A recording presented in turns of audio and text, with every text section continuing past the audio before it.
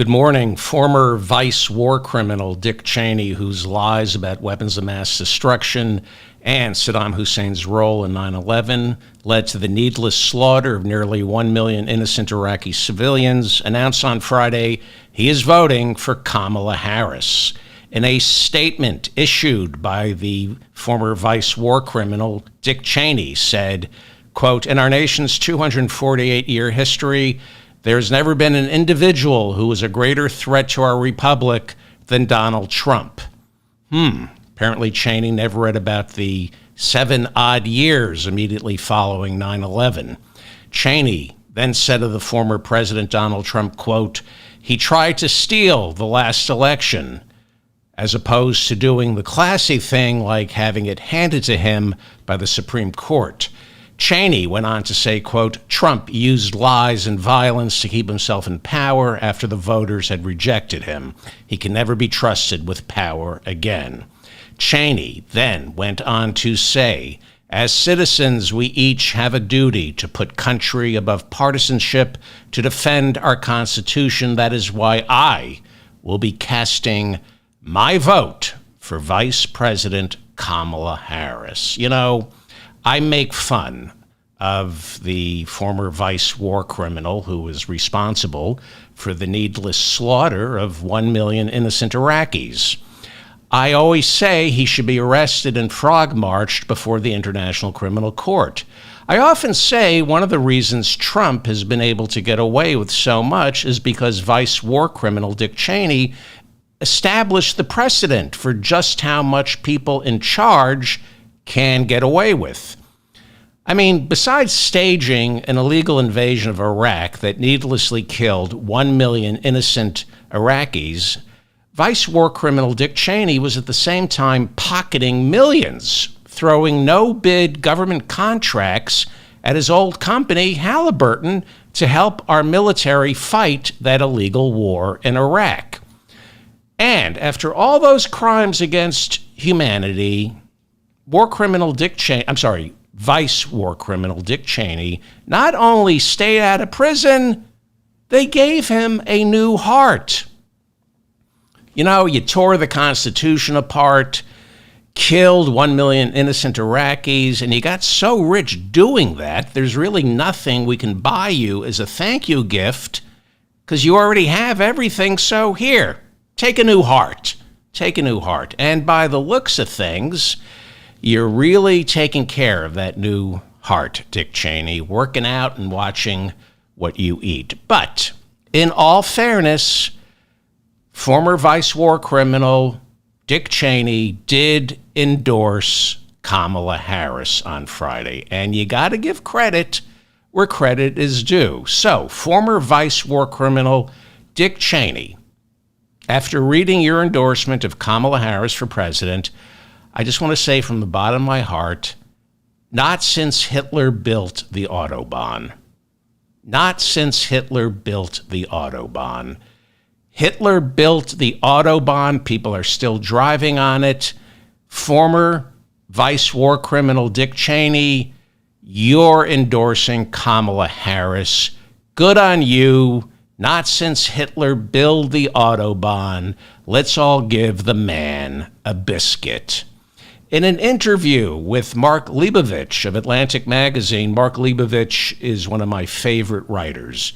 In an interview with Mark Leibovich, former Congresswoman Liz Cheney, the vice war criminal's daughter, who sat on the January 6th committee and also announced she's voting for Kamala Harris. In an interview with Mark Leibovich, she called Donald Trump, quote, a misogynistic pig, which is strange because she voted for that misogynistic pig 4 years ago. And she also voted for that misogynistic pig back in 2016 after he bragged about grabbing women by the P word. So it's a little late to the party, but welcome, Liz Cheney. Welcome to the party. We're all out of hors d'oeuvres. Jenna Bush from the Today Show just left. Can I interest you in a slice of the big turd she left in the punch bowl? Liz Cheney then accused J.D. Vance of having a serious problem with women adding, "There's something strange about his choice of eyeliner." That's what Liz Cheney said. I mean, sure, yeah. Have at it, Liz Cheney. And she just endorsed Colin Allred for Senate in Texas. Great guy, Colin Allred, who's hoping to unseat Ted Cruz. Cruz was attempting to implement the Green Bay sweep right when the insurrectionists pounded down the door. So he took part in January 6th. So she's getting behind his opponent, Colin Allred. So yeah, I mean, her book is great. Oath and Honor. It's one of the best books about January 6th. I really recommend that you take it out of the library and read Oath and Honor. It's fantastic. So yeah, I guess, right, I mean, I don't know. My father taught me never to take dirty money. There's clean money and there's dirty money. And he said, you can take dirty money that comes from bad people who maybe hired you to do something legal and decent, but it's still dirty money. And I know I've taken dirty money. We all do. We have no choice. So I guess there's no such thing as a dirty vote or a dirty endorsement, right? You take it where you find it. It's better than nothing. She and her war criminal father could just sit on the sidelines. They are stepping up. And let's be brutally frank here. The two of them are doing far more to get Kamala Harris elected than I could ever do. So Vice War Criminal Dick Cheney, and your daughter who apologizes for you, thank you. Seriously, welcome aboard. Thank you. And to those of you in Iraq, missing limbs, missing loved ones, worse off now than you were before Dick Cheney invaded. To those of you who've gone decades, sometimes without water, food, and electricity, afraid to leave your home for fear of sectarian violence, well, the guy responsible for all your loss, misery, and suffering, Vice War Criminal Dick Cheney, he's voting for Kamala Harris. So can't you find it in your heart to forgive him? Or are you still going to carry the grudge? Let it go. The man is voting for Kamala Harris. See, that's the difference between America and the rest of the world. We're a forgiving people. We're willing to forgive and forget. And you know why we forgive? Because we forget. So let me take that back. We're not a forgiving country. We're just a forgetting country. We forget. That's why we forgive.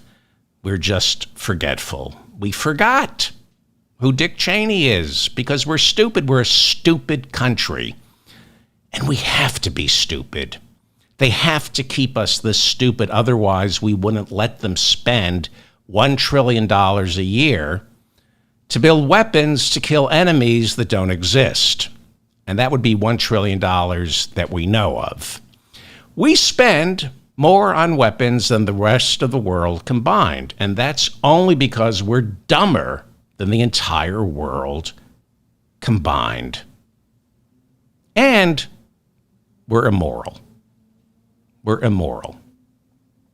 Hi, welcome to the Mop-Up. I'm David Feldman in New York City.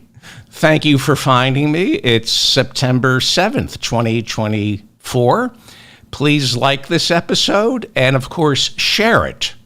Please, the best way to help me is by sharing this episode with all your friends. And September 10th, Tuesday, debate watch party. I'm hosting a debate watch party on Zoom. It's not going to be on YouTube. It's a private get-together.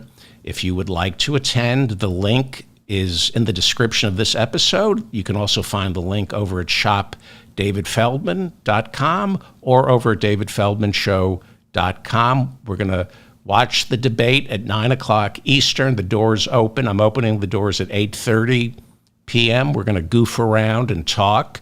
Then we'll watch the debate together on Zoom. I'll have a feed going into Zoom. And then afterwards, we're going to record we're going to record a audio version of my podcast where I open up the floor and we have a conversation. No guests. My guests are going to be you, the listener, and we're going to talk, and it's going to be great.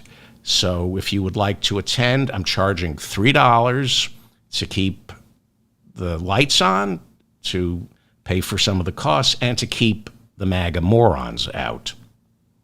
So I look forward to seeing all of you. I know some of you don't have $3, so I'm going to address that on Sunday's show. But if you have $3, come watch the debate with us. It's hours of entertainment.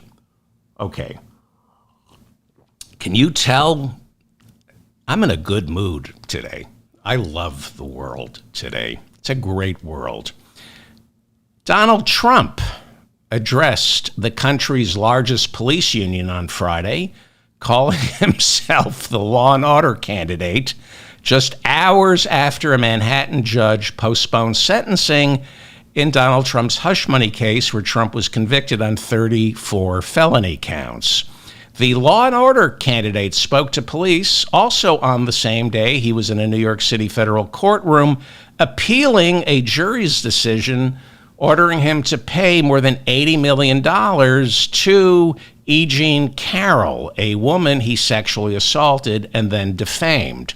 The judge in that case, Lewis Kaplan, has issued 2 rulings saying that the jury found Donald Trump guilty, quote, of rape in common law parlance. During a 45-minute press conference following his E. Jean Carroll court appearance, Trump said, I should be suing E. Jean Carroll for defamation. Sure.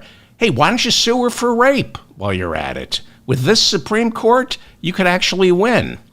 Maggie Haberman over at the New York Times writes that E. Jean Carroll's attorney, Roberta Kaplan, said after Trump's Friday press conference she is considering suing him once again for defamation.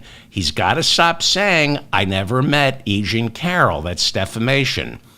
By the way, Roberta Kaplan, great attorney, one of the best ever. Same-sex marriage is legal because of Roberta Kaplan. She represented Edie Windsor in the famous Supreme Court decision that ruled that the Defense of Marriage Act was unconstitutional, and she is personally responsible for the Supreme Court ruling gay weddings, gay marriage is legal back in 2013. She is an amazing lawyer in the pantheon of America's greatest lawyers, and I mean that. She's brave, not a nice person, though. Maybe even a horrible person. So bad, according to the New York Times, that back in June of this year, Roberta Kaplan had to quit the law firm she founded after her partners and the people who worked under her called her a horrible bully. That's according to reporting of the New York Times. They broke the story back in June about what a bully Roberta Kaplan is. From the Times, quote, Roberta Kaplan's departure was announced after we informed her personal lawyers and partners that we were prepared to publish an article about Ms. Kaplan that would shine a light on complaints about what some employees said was unprofessional office culture that she presided over. The article in the Times goes on to say, quote, several people whom she worked with told the Times that Kaplan had insulted employees, inappropriately commented on their looks, and threatened to derail people's careers, unquote. Oh, well. Great lawyer, though. Great lawyer. And, you know, it's hard to find a great lawyer. I mean, look at poor Donald Trump. Yesterday, during his press conference, where he didn't take a single question, Donald Trump with at least 7 of his lawyers standing behind him, Donald Trump told reporters, quote, "I'm disappointed with my legal talent." He said that right in front of his lawyers. At least 100 million campaign dollars Donald Trump has spent on lawyers, and he's disappointed with his legal talent. Maybe Donald Trump should think about hiring Roberta Kaplan. Sounds like the two of you would get along just fine. I don't think you share the same values, although in the workplace, apparently you do, at least according to the New York Times. I'm just telling you the truth this morning. It's a tough world out there. And if you have a problem with how cruel our neighborhood is, take it up with God. Okay? Don't blame me for treating my listeners like adults. Theodore Schleifer over at the New York Times writes that Judge Juan Merchan's decision on Friday to postpone sentencing in the Manhattan hush money trial until after Election Day will probably put a dent in Donald Trump's fundraising prowess. Schleifer points out that whenever Trump goes on trial, he enjoys a spike in donations as more small donors see him as a victim of our two-tier justice system. He literally calls it a two-tier justice system. Which tier are you on, Donald? And it looks like Donald Trump could use a major injection of cash. Donald Trump's camp... Oh, I forgot to mention, I've been painting faces, and I have to mark this as having altered content. I forgot to do that. I'm tired today. So this is altered content. This is not actually how the Republican nominee for president looks.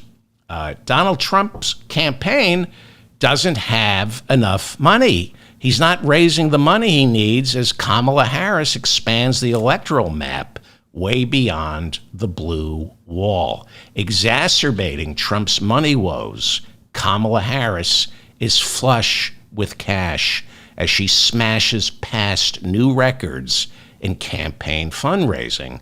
The August numbers have just come in. Kamala Harris raised $361 million in August. That's a blowout. That's a record.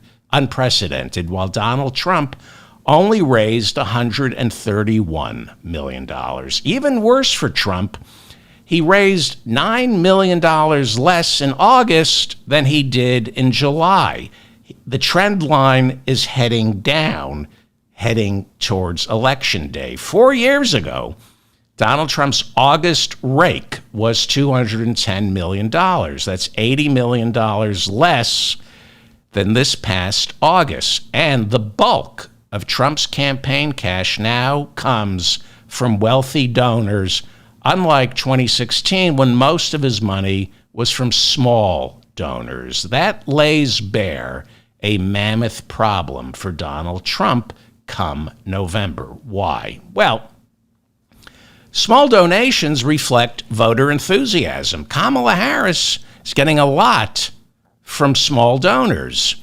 There's already a massive enthusiasm gap between voters for Harris and voters for Donald Trump. Democrats, by something like a 15-point margin, say they are way more excited about voting for Kamala Harris than Republicans say they are about voting for Donald Trump. We're seeing that enthusiasm gap manifested first in Trump's paucity of small donors. And then it will flow into Election Day when Trump supporters who tell pollsters they're voting for Trump, well, they never get around to actually doing it. Polls provide snapshots of what voters are thinking at any given moment. People who talk to pollsters will identify themselves often as likely voters. But there's no way to measure how many of those likely voters are actually going to vote. And in an election like this one, where voter turnout is everything, a likely voter not voting is a vote. Not voting in this election is a vote for Harris, because Democrats are voting. We see the numbers. Democrats can't wait to vote for Kamala Harris. Trump voters say they're voting for him, but they aren't necessarily voting for him. It's not as important to vote for Donald Trump as it is for us to vote for Kamala Harris. It's not exciting to vote for Donald Trump anymore. These cretins did it in 2016, and some of them came back for seconds in 2020. I look at the rallies. I know a lot of them like to go back for thirds, but I don't think so. We see this in how Donald Trump's small donor pool is drying up, and he's relying on the big donors. It's a serious problem. The precipitous decline in small donations reveals Trump supporters no longer trust him the way they did in 2016 or even 2020. And if they don't trust him with their money, that also means they don't trust him with their vote. As of September 1st, the Harris campaign was sitting on $404 million in cash, while Trump has a little under $300 million. Now, we are seeing reports that Trump is beginning to spend some of that money on things other than lawyers or stylists for Melania, while there's still very little evidence of Trump field offices in key battleground states. There is zero evidence of a significant ground game for Donald Trump. The Trump campaign, however, has begun using some of that money to flood the airwaves as well as social media with campaign ads. So that's called, in political circles, that's called winning the air war. Field offices are called winning the ground game. No war in politics or actual war has ever been won from the air. Air wars, at least in the military, are a fiction sold to us by Boeing, Raytheon, the people who sell jet fighters and missiles. They say, just buy our weapons, buy our guns, and you never have to send any troops into harm's way. They always try to convince the American people and members of Congress and commanders-in-chiefs, we can win this from the air. That's what they say. Well, we dropped more bombs on North Vietnam than all the bombs we dropped in Korea, World War II, and World War I combined.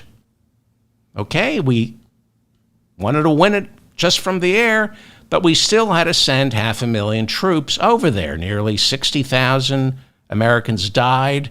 Millions and millions of Indo-Chinese died from that air war. And to this day, despite having dropped more bombs on Vietnam and Cambodia and Laos than all the bombs we dropped on Korea, on Germany and Japan, and during World War I combined, we still lost. And to this day, craven hawks in America claim we would have won Vietnam, but the people back home forced us to fight that war with one arm tied behind our backs. Really. That by 1965, we had 500,000 troops in Vietnam. This is the same stabbed in the back theory the Nazis used to explain why Germany lost World War I. We could have been the victors, but the people back home wouldn't let us do our job. Okay? So Anyway, the same goes for winning elections. Political consultants are like the military-industrial complex. They get 15%. They get a 15% cut of all the ad buys because they can buy television and radio time and from Facebook or Twitter in bulk. So they collect a 15% fee off the top. They are like Boeing. They're like Raytheon. The political consultants talk the candidates into spending hundreds of millions of dollars on advertising, and they get a 15% cut. But advertising is trying to win it from the air. You need boots on the ground. You need a ground game. This is why Trump is going to lose, because he's listening to the political consultants who are saying, you can win this from the air. You don't need boots on the ground. There are also reports that the community surrounding Mar-a-Lago, a wealthy deep red district, is being micro-targeted, inundated with localized campaign ads within a 5-mile radius of Mar-a-Lago, ads for Donald Trump, specifically on Fox News, because seeing those ads calms Trump down.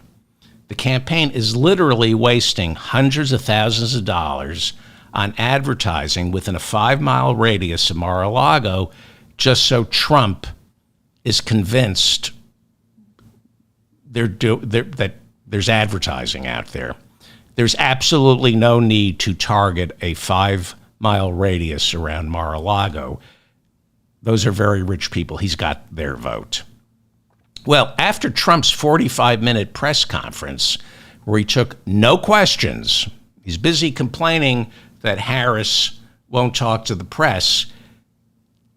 Talking at the press, Donald, is not talking to the press.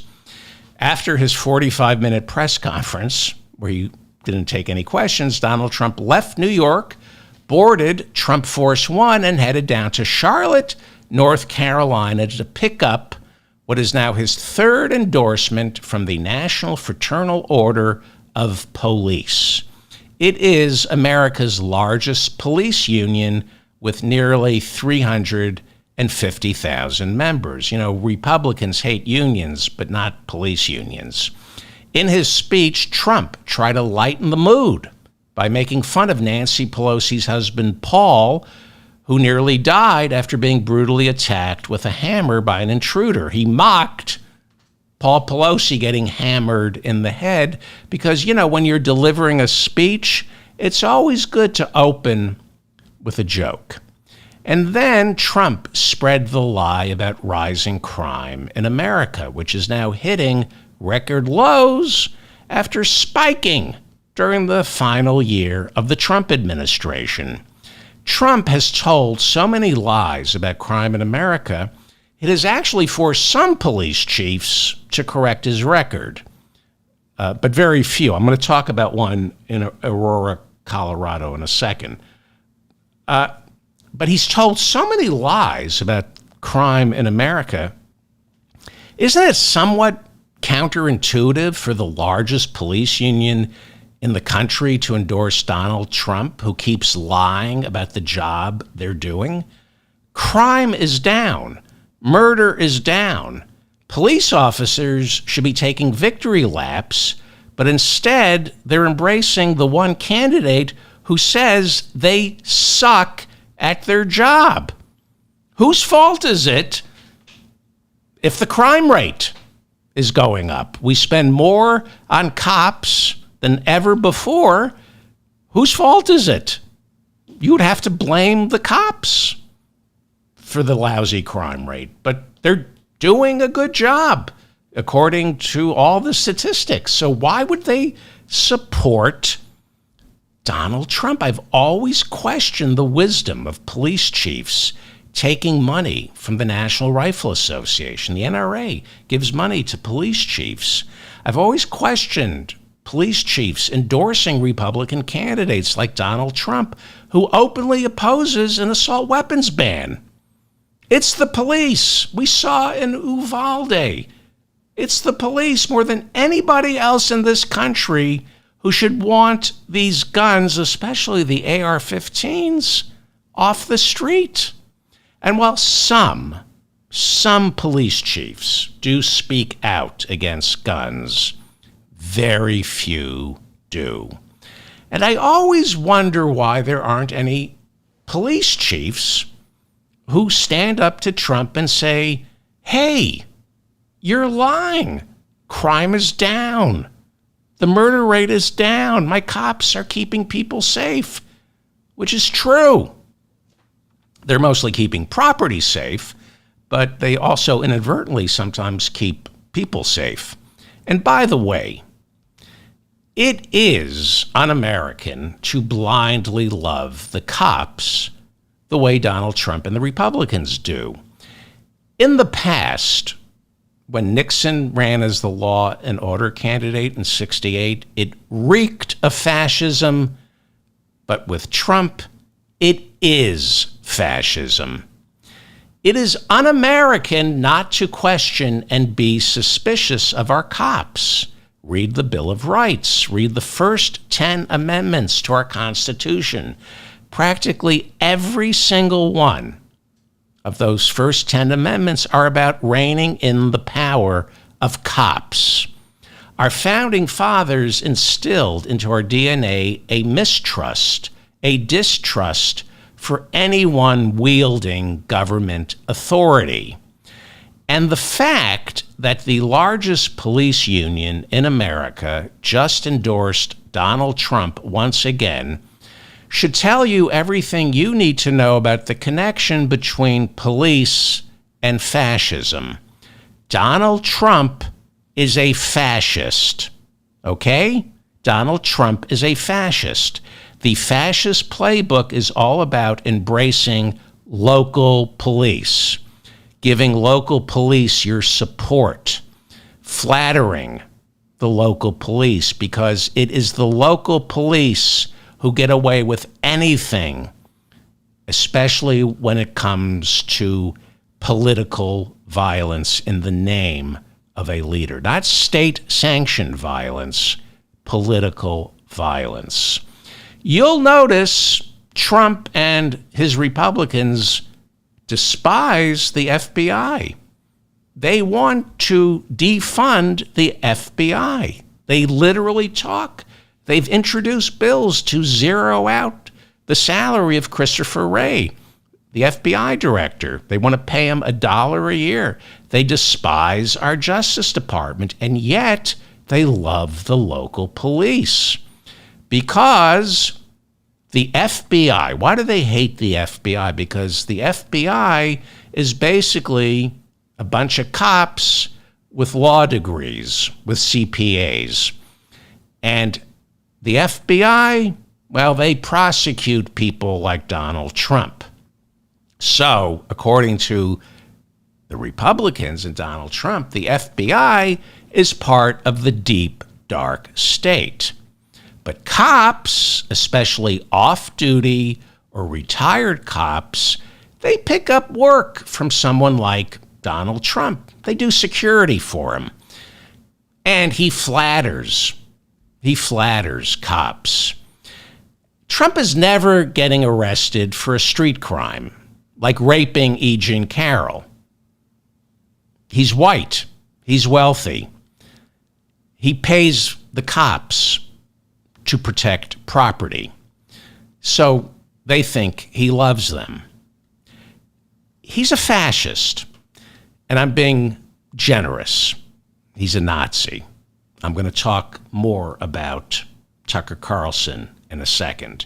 I want to be polite today. My gloves have been off, so I'm going to call him a fascist instead of what he is, and that is a Nazi. Fascists, since the time of Mussolini and Hitler, have always loved the cops. They flatter the cops. They use the cops to target all the liberals, the leftists, the communists, and members of all those other protected groups fascists traditionally persecute. You think Trump is the first one to go after immigrants? You think Republicans are the first ones to target the transgender community, the LGBT community, people of color, people who aren't Christian? You think Donald Trump is so creative that he invented this? This is straight out of Mussolini's and Joseph Goebbels' playbook. Pat Svitek in today's Washington Post writes that Aurora's Colorado interim police chief, a woman, was forced to tell reporters that despite Trump's lies, despite Republicans picking up on his lie, a Venezuelan gang has not taken over an apartment complex in Aurora, Colorado. Trump, during Friday's press conference where he took no questions from the press, Trump said of Venezuelan gangs, quote, "If you look at Aurora, Colorado, they're taking over the place. They took over buildings in Colorado, and it's just the beginning," unquote. It's a lie.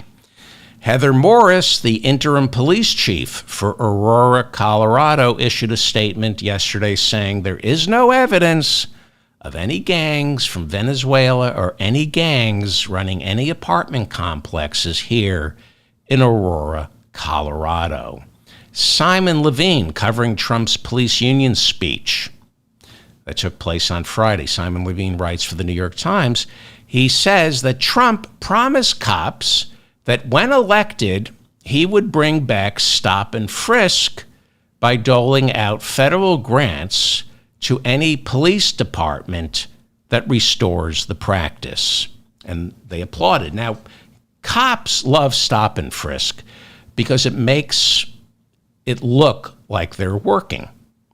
The easiest thing to do is, if you're a cop, is to stop a young black or Hispanic male and make them empty their pockets. It makes white people feel safe.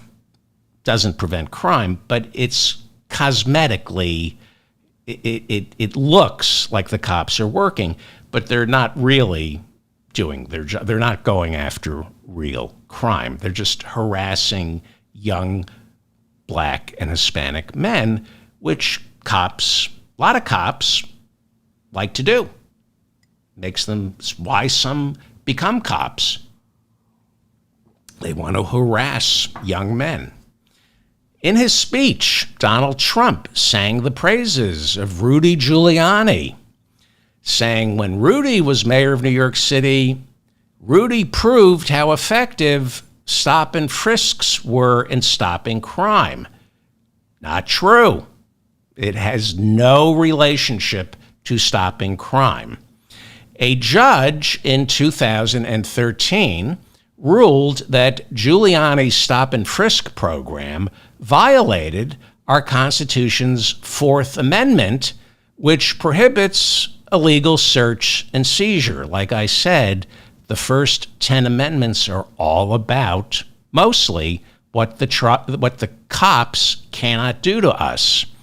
Other judges have ruled that Rudy Giuliani's stop and frisk program disproportionately targeted young men of color and played no role in reducing crime. In 1999, when Rudy Giuliani was mayor of my fair city of New York, 84% of all stop and frisks targeted blacks and Latinos. Rudy Giuliani literally made it a crime for young men of color and women, but mostly men, young men of color, to leave their homes. Rudy Giuliani had a police commissioner by the name, by the way, Rudy Giuliani is an alcoholic, and he always has been a knockdown drag-out alcoholic, which is why I call him cirrhosis. Rudy Giuliani is an alcoholic. Rudy Giuliani had a police commissioner by the name of Bernard Kerik, who instituted Rudy's stop and frisk policy. Bernard Kerik was the police commissioner who later served several years in prison for defrauding the United States government and was eventually pardoned by Donald Trump. And Bernard Kerik showed up in the Manhattan courtroom when, to show solidarity with Donald Trump when he was on trial. Giuliani is currently a defendant in the Georgia RICO trial, accused of trying to overturn the 2020 presidential election. He is unable to practice law, having his license stripped from him in Washington, D.C. and New York State. The man who Donald Trump praised in front of the police officers union yesterday, Rudy Giuliani, is also being sued for wage theft and rape. And currently his remaining assets are in the process of being seized by lawyers for 2 Georgia election workers he falsely claimed were stuffing ballots for Joe Biden. Those 2 women, it was a mother and daughter, they're black. Rudy Giuliani, his accusations against them were racially tinged because Rudy Giuliani is a racist. He's a racist. But there was Donald Trump currently standing trial in 4 criminal courtrooms. He's got 4 criminal trials pending. One is on appeal. He just lost this year 2 civil lawsuits, one for defaming a woman he was found guilty of sexually assaulting, and another where he was fined $500 million for defrauding lenders. 6 trials this year. 6 trials. 4 criminal, 2 civil, all in 1 year. He lost the 2 civil lawsuits, and he lost the 1 criminal trial. The other 3 criminal trials, he spent so far $100 million to delay. There he was, standing Friday before the Fraternal Order of Police, telling them how we need to get tough on crime. No, what Donald Trump is saying, we need to get tough on blacks, Hispanics, the poor, and the LGBTQ community. This, by its very definition, is fascism. Edith Olmsted writes in the New Republic this morning that Florida governor and fascist Ron DeSantis is sending police officers to knock on doors of Florida residents who he accuses of gathering unverified signatures for petitions that put a referendum on the November ballot enshrining a woman's right to an abortion. This is a big problem for Donald Trump and Republicans in Florida because pro-life activists, pro-abortion activists succeeded in getting a referendum on the ballot in Florida this November that enshrines a woman's right to choose, thereby eliminating Ron DeSantis' 6-week abortion ban. This initiative, overturns Ron DeSantis' 6-week abortion ban, which even Donald Trump has called too harsh. 900,000 signatures were needed to get it on the ballot. Organizers delivered 1 million. And so Ron DeSantis is, according to the Tampa Bay Times, ordering police officers to knock on the doors of as many as 36,000 Florida citizens to verify their signatures on the petition for this referendum. This is fascism. If you can't win at the ballot box, you intimidate. You suppress the vote.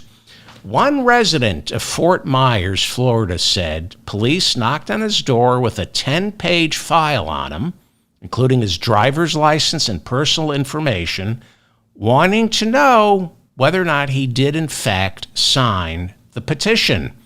He said he was intimidated. He felt frightened. Okay? Florida State Representative Anna Escamani, Democrat, said, quote, "It's clear voter intimidation and plain corruption. And we must," she said, "continue to call it out and fight back." Have you ever spent a night in jail? A lot of people, including me, would probably say and do, having spent a night in jail recently, I would be tempted to say and do anything not to spend one night in jail. It's very claustrophobic. Bad things happen when you're in jail. The next day, you're released and they expunge it from your record. But have you ever been trapped in an elevator for more than 15 minutes? Imagine spending a night in jail here in the United States. So you can get a lot done. Fascists can get a lot done by locking people up for one night or just threatening to lock up somebody. Again, anybody who's ever experienced the American penal system for one night will be very intimidated by the police. Okay? Ron DeSantis, by every definition of the word, is a fascist. And it's not the first time that Florida Governor Ron DeSantis used the police to intimidate people from voting. 2 years ago, Ron DeSantis's police began arresting black citizens who had just been released from prison and who had accidentally registered to vote after being falsely led to believe their voting rights had been restored. It's very confusing because voters in Florida, there was a referendum a couple of years ago. Florida voters voted to restore the rights of felons, people who serve time. And then the Republican-controlled state house and Ron DeSantis said, not so fast. We're going to pass some laws that makes it impossible for felons to vote. We're going to attach fees. People are charged in Florida for the time they spent in prison. I did a whole show on this. They're charged something like $50, $100 a night for every day they spend in prison. So in order to vote after you get out, you have to reimburse the state for your prison stay. And if you don't reimburse them for your prison stay, you don't get to vote. Well, who gets locked up in Florida? Not Donald Trump. Mostly poor people. So they're permanently in debt, and that prevents them from voting. They can't pay off their fines. And who do you think they're most likely to vote for? Democrats. If you can't win, this is how fascists keep power. If you can't win at the ballot box, intimidate, suppress the vote. Okay? It's straight out of the fascist playbook. For example, Michael Gold, writing in the New York Times this morning, says Trump, in his speech before the police officers union, asked the cops to crack down on voter fraud. He asked them to be lookouts for shady characters trying to cast a ballot.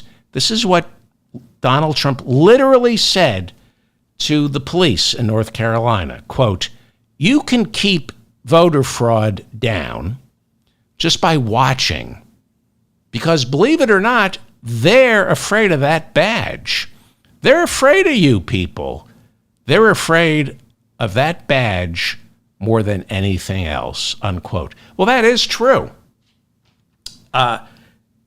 If I'm pulled over by a cop on a dark rural road, I'm afraid of that badge. And if I might have some outstanding bench warrants or might owe some fines, I'm still entitled to vote in the United States. But if I see cops hanging out, checking me out, I don't want to spend a night in jail. I mean, I know, rationally you say, well, this cop could arrest me and lock me up for a night, and I can't vote, but then I'll be released, and then I can go to a judge, and I can vote after the fact, but the judge is going to say, by the way, you owe $50 on a busted taillight. That's how it works in America. So, Donald Trump, his speech before police officers was delivered in North Carolina, where he is locked in a fearsome battle with Kamala Harris. The polling averages now show them tied, with both getting 48% of the vote. Believe it or not, 130,000 voters in North Carolina were supposed to start receiving their mail-in ballots today. But an appellate court ordered those ballots to be reprinted, granting Robert F. Kennedy Jr.'s request to have his name removed. Amy Gardner, writing in the Washington Post, says this morning that the court sided with Kennedy, who argued that forcing his name to appear on a ballot that he wants his name removed from violates his First Amendment rights. Gardner in the Washington Post reports this morning that it will now take North Carolina 2 weeks to print new ballots and mail them out, costing the state of North Carolina an additional $1 million. Here are the latest polling averages for the blue wall. As of this morning, Harris has a 2-point lead in Wisconsin, a 2-point lead in Michigan, and she's holding on to a 1-point lead in Pennsylvania, where she has spent most of the week campaigning and preparing for her debate. When candidates go to these states, you see a rise in their polling numbers. And by the way, Nevada, Georgia, and Arizona tied. As of this morning, Kamala Harris is locking in the blue wall. She's holding on to her lead in Pennsylvania. It's a slight lead, but she's holding on to it. Now, if she can keep the momentum in Pennsylvania, she can let loose by taking the fight to Georgia, North Carolina, Arizona, and Nevada, and put Florida into play. I said when she first became the presumptive nominee, once she locks in the blue wall, next up is Florida. Okay? If you look at this map, the untold possibilities after the blue wall, after the blue wall, it's North Carolina, Georgia, Arizona, and Nevada. That's where she goes next. But there is the possibility of a blue tsunami. And a blue tsunami is Florida, then Ohio, then Indiana, possibly Iowa, and possibly Texas. Okay? That's the way it's going to unfold. And I got it right about Florida. She's focusing on Florida. One of the reasons I knew she was going to focus on Florida is because I'm sick in the head. And I'll get to that in a second. It takes a sick mind to understand why she's opening up Florida. And we have a new Emerson poll out this morning. This is an A+ poll. This is fantastic news. This is absolutely fantastic. Now, it's one A-plus poll. These are not the averages in Florida, okay? As you know, I've been talking about the Senate, that Kamala Harris faces divided government if Democrats can't hold on to the Senate. And that's going to be a nightmare if she doesn't hold on to the Senate, because divided government means her agenda is dead on arrival. Now, I've been telling you it all comes down to Jon Tester in Montana. I've talked about a candidate in Nebraska. I'm going to talk more about him next week. I said there's one possibility Rick Scott, the Republican, that maybe Democrats could flip Rick Scott in Florida. Then I said Colin Allred in Texas is really strong. He might be able to flip Ted Cruz's seat blue in a Harris tsunami. And then third, it would be Josh Hawley's seat in Missouri, where Lucas Kunce is a terrific candidate. Abortion is on the ballot in Missouri, but it's not looking good in Missouri. That was the order I gave you. Well, we have new Emerson polling out this morning, A+. It shows the Senate race in Florida between Republican incumbent Rick Scott and former Democratic Congresswoman Debbie Murcaso-Powell. It's now in a dead heat, with the Democrat Powell trailing Scott by just 1 point. That's well within the margin of error. Now, again, it's one poll. Powell was part of a reproductive freedom bus tour all week, targeting almost 40 cities in Florida. The tour included political heavyweights like Minnesota Senator Amy Klobuchar. Okay, this is what a ground game looks like. You cannot win from the air.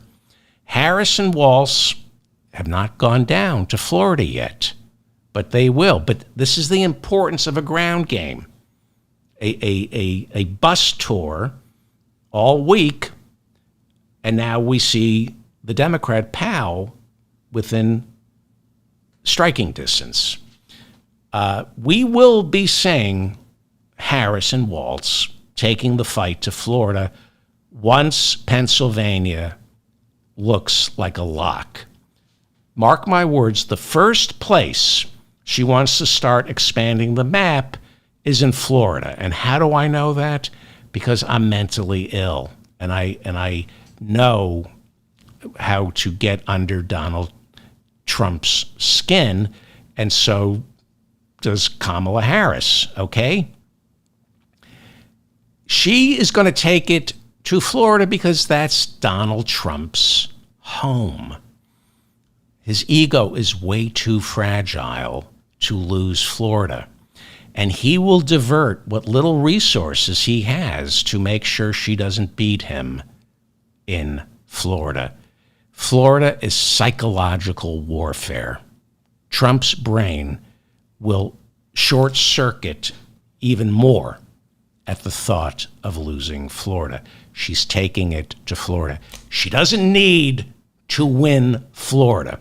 I just told you about how they're wasting thousands and thousands of dollars micro-targeting a 5-mile radius of Mar-a-Lago so Donald Trump sees advertising for him because he's sick in the head. He will divert important resources to save Florida for his own ego. And this is why one of the reasons Hitler lost World War II. And I'm going to be talking about Hitler right now, J.D. Vance, and Tucker Carlson. One of the many reasons Hitler lost is he was mentally ill. And he was so obsessed with exterminating the Jews, so obsessed with exterminating gypsies and communists and people who were deformed and liberals, that he diverted important resources to exterminate these people, especially in Hungary, instead of fighting the Russians who were heading towards Eastern Germany. This is why sick people always lose, and fascists are sick, so they always lose, because they don't see the big picture. They want to target their enemy. So I bring up Hitler. A lot of Jewish voters in Florida, they should take note that J.D. Vance said he is not canceling an interview scheduled with Tucker Carlson on Twitter, despite Tucker Carlson platforming a Holocaust denier on his show this week. It should come as no surprise that fascists in America have formed alignments with Holocaust deniers. Darryl Cooper, who Tucker Carlson introduced as an honest historian. Tucker Carlson called Dylan Cooper one of the best historians out there. This guy, Darryl Cooper, told Carlson this week the Holocaust wasn't planned by the Nazis. It was a byproduct of heavy aerial bombardment from the Zionist-controlled British allies. This was on Tucker Carlson's Twitter show. Elon Musk retweeted the show because he owns Twitter, and then he quickly deleted it. The historian Cooper told Tucker Carlson Winston Churchill was a psychopath, and the real villain, that Winston Churchill, not Hitler, Winston Churchill was the villain who sparked World War II by declaring war on Germany just because Hitler invaded Poland, just because, he was obeying treaties. It's all Winston's fault. The absolutely brilliant Michelle Goldberg in the New York Times. Michelle Goldberg is a national treasure. Read Michelle Goldberg in the New York Times. This is one of the best articles I've read all year, and it's about the unholy alliance between Republicans and Holocaust deniers. She writes that this historian Cooper, who was on Tucker Carlson's show, the Holocaust denier, who Tucker Carlson praises, she writes that Cooper recently said in a since deleted tweet that Nazi-occupied Paris was, quote, infinitely preferable in virtually every way to the Paris on display during this year's Summer Olympics. Well, fascists, Nazis have a problem with drag queens and the LGBTQ community who were celebrated during the Olympics. So when asked if he would still go on Tucker Carlson's show, despite Tucker Carlson's softball conversation with a Holocaust denier whose claims were left unchallenged, a Holocaust denier who Tucker Carlson praised, when asked, are you still going to go on his show, J.D. Vance said, of course I will. He added, unlike Democrats, I believe in freedom of speech. There's freedom of speech, and then there's hate crimes. And yes, you do have freedom of speech. You can, anyway, I'm not going to get into it. I go on tangents. As I mentioned on yesterday's show, Donald Trump, and I did not alter this picture. This is Donald Trump's sweaty head. He took his hat off. This is what his hair looks like when it's not whatever. As I mentioned on yesterday's show, Donald Trump was talked into picking J.D. Vance by Donald Trump Jr. and Tucker Carlson.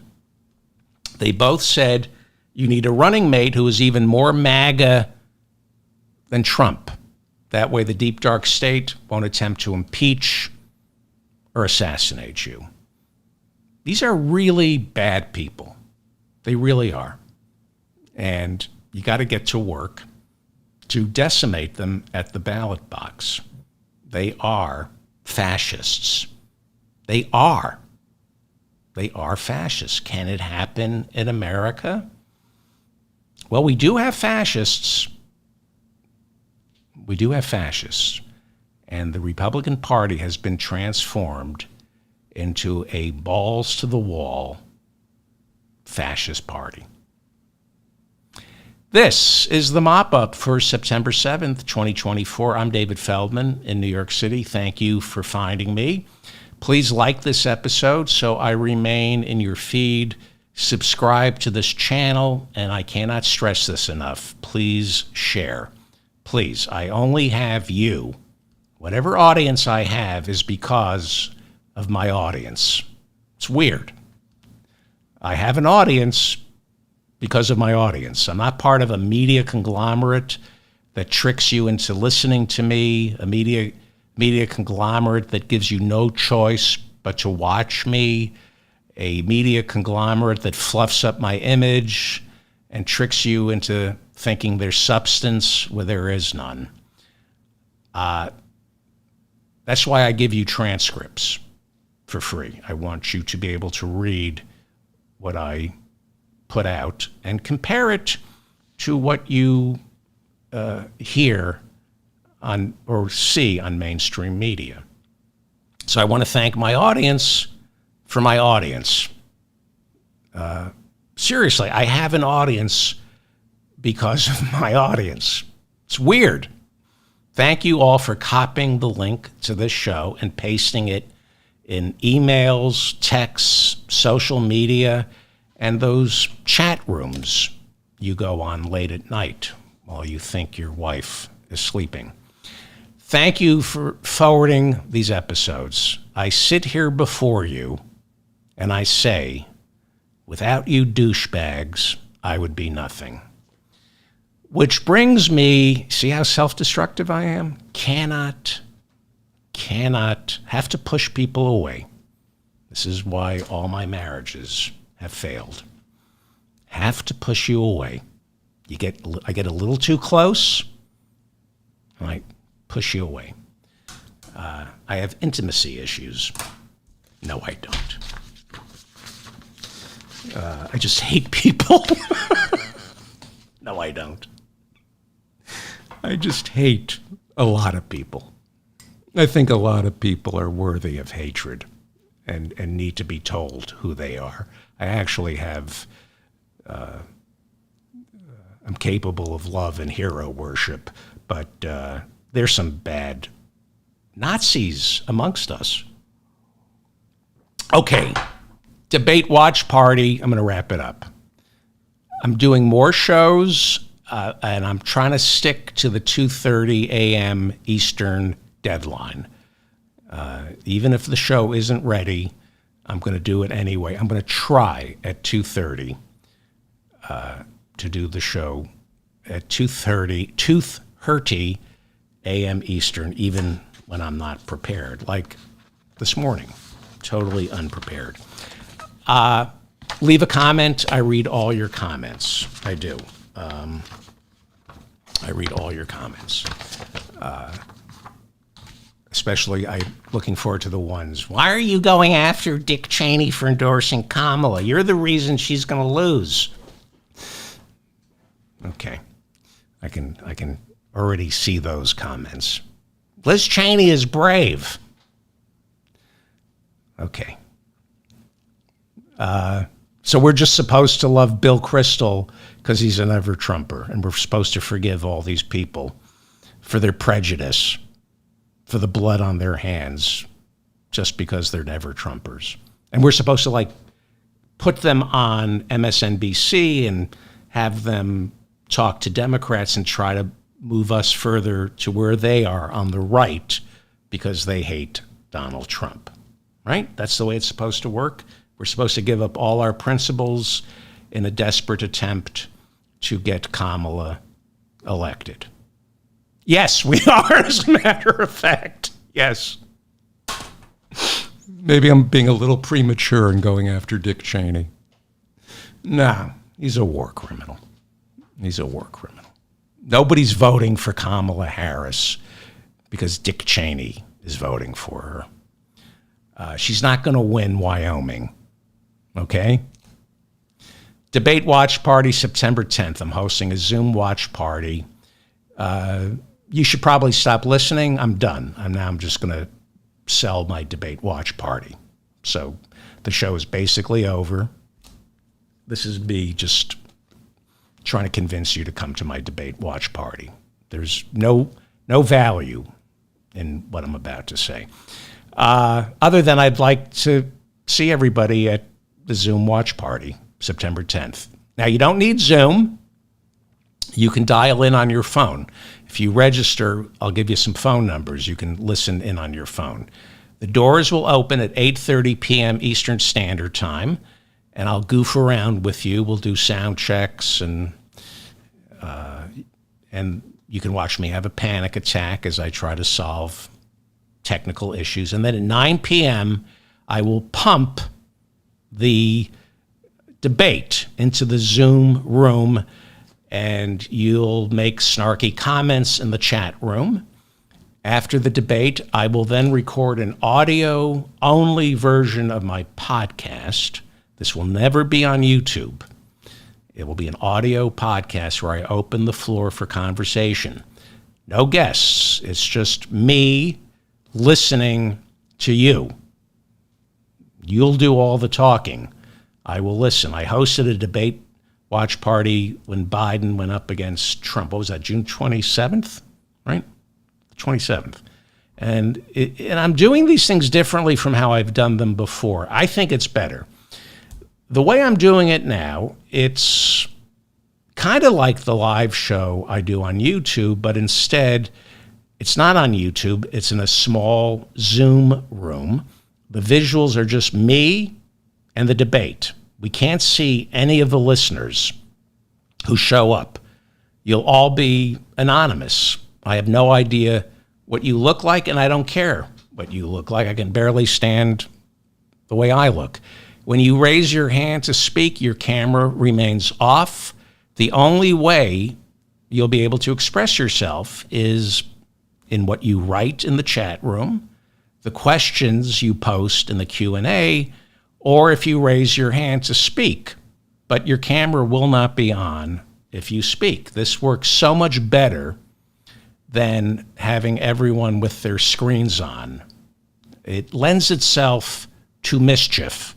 I've been doing these Zoom meetups for about 4 years now, and having the camera on lends itself to mischievous behavior. There's a purity to keeping your cameras off. All you have to offer is what you're thinking. And again, there's no need to participate. You can lurk. You can just come watch the party with us. And that's primarily what most people do. It's a very valuable opportunity for me to listen to my listeners.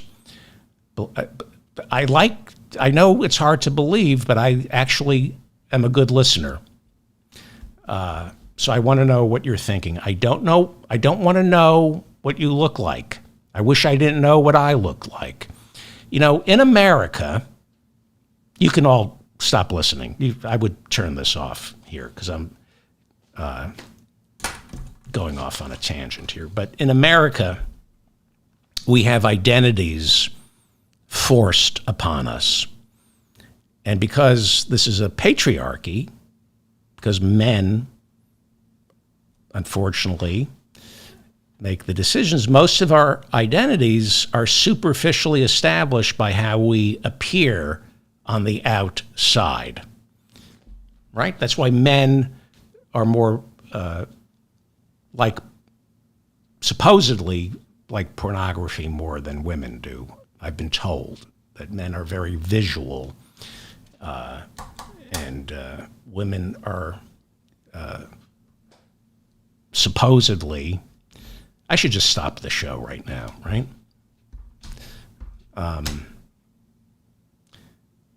Women are more interested in the inside. On dating apps, I just show X-rays of my spleen because they care about. All right. Anyway, I don't want to know what you look like. It's way more valuable for my audience. It's way more valuable for all of us to engage strictly based on what we're thinking without visuals clouding the conversation. That being said, up until, what was it, last year, I had built a community where we met every Friday and the cameras were on, and it turned into something incredibly special. I didn't know how to control the room. I mean, if I saw somebody doing a bong hit, I would punch in, make sure like everybody watched somebody do a bong hit, or if somebody fell asleep, that would be the only. So I want to explore new ways to bring back what I had. We're a different, but not with the watch party. This is better. But after the election, if we want to goof around, I may do a meetup where everybody can put their camera on. Well, we had problems with people taking their clothes off, and I would sometimes take my clothes off. Okay. If you want to attend Tuesday's watch party, and after this, I see no reason why you would want to.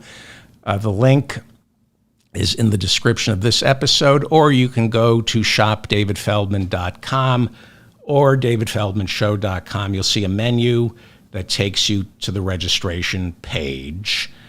I am charging $3 for the watch party, and I think that's fair if you're in the one half of our country for whom this economy works. I'll address the people who don't have $3, like most of my listeners, Sunday night. But for those of you who do have $3, you need a credit card.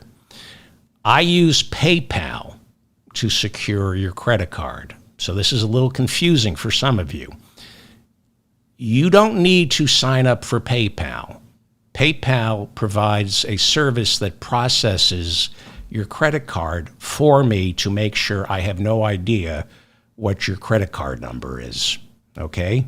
You don't remember George Santos? He took everybody's credit card numbers, and then he bought himself a Hermes scarf. I don't know what your credit card is. I use PayPal. It's a third-party intermediary, so I don't know what your credit card is. You don't need to join PayPal in order to have your credit card payment processed by PayPal. It protects me in case you find strange items on your statement, okay? PayPal is a secure payment system. The $3, trust me, you don't want me taking your credit card numbers. Because that's it. Last time I'll be with the Tate brothers in Romania. The $3, that was horrible what I just said. I apologize. The Tate brothers. The $3 covers some of my costs for hosting the watch party, and it keeps the garbage people out. As I said earlier, there are garbage people in this world who I hate. And some of them, all it takes is one to show up to try to destroy things. Usually what they do is they pretend to be someone they're not. They pretend to be a liberal trying to understand something, but they're really a Trojan horse trying to just ruin the night. They're either MAGA or they're Russian trolls. $3, it's amazing with $3, how it keeps them out. If you don't have $3, I assume most of you don't, I'll try to figure out what to do in terms of letting people in for free. I'm speaking with Zoom over the weekend. Okay. Is anybody still here? Now I'm going to try to sell stuff. So you should just turn this off. There's no need to keep watching. If you would like a free transcript of today's show, go to shopdavidfeldman.com. I'm behind on transcripts. There are only so many hours in the day. And, you know, I haven't even been able to update my enemies list. I wake up first thing in the morning and I update my enemies list. But because we're less than 2 months away from the election, I haven't had time to... it's an enemies list, and then I put it in an order. Some people, you know, who's number one? Some people drop back down to 4. I haven't had time to do that, and I'm behind on the transcripts. But if you would like a free transcript of today's show, go to shopdavidfeldman.com. And these free transcripts are made possible by the idiots who buy crap at shopdavidfeldman.com, like my Still a Democrat t-shirt or the Still a Democrat mug, the Made in Los Estados Unidos coffee mug. This is just some of the stuff. The Albert Einstein mug where he says, I'm surrounded by idiots. And, of course, the worst case scenario mug, which shows that Kamala Harris can't lose because of the blue wall. By the way, I've checked out. I've stopped listening to the show. I'm bored. This is how, I don't know if anybody's still here. And of course, this really is my number one seller. It's the chef's apron with the words emblazoned, I hope you're in the mood for diarrhea. My big seller. All the work and research I do to make this show seem smart. And then what do my listeners buy? The I hope you're in the mood for diarrhea. There are a lot of other products over there. Some of them are too tasteless for even me to put on this show. I have to mark this. I have to mark this as having synthetic material. I did alter faces, and so I have to do that right now. Thank you all.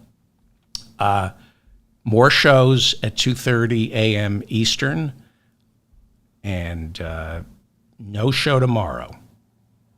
I'm going to try to do one the day after tomorrow. Thank you all for listening to me, and go work for John Tester, johntester.com. Thank you. Thank you, Bob, in the chat room. Thank you.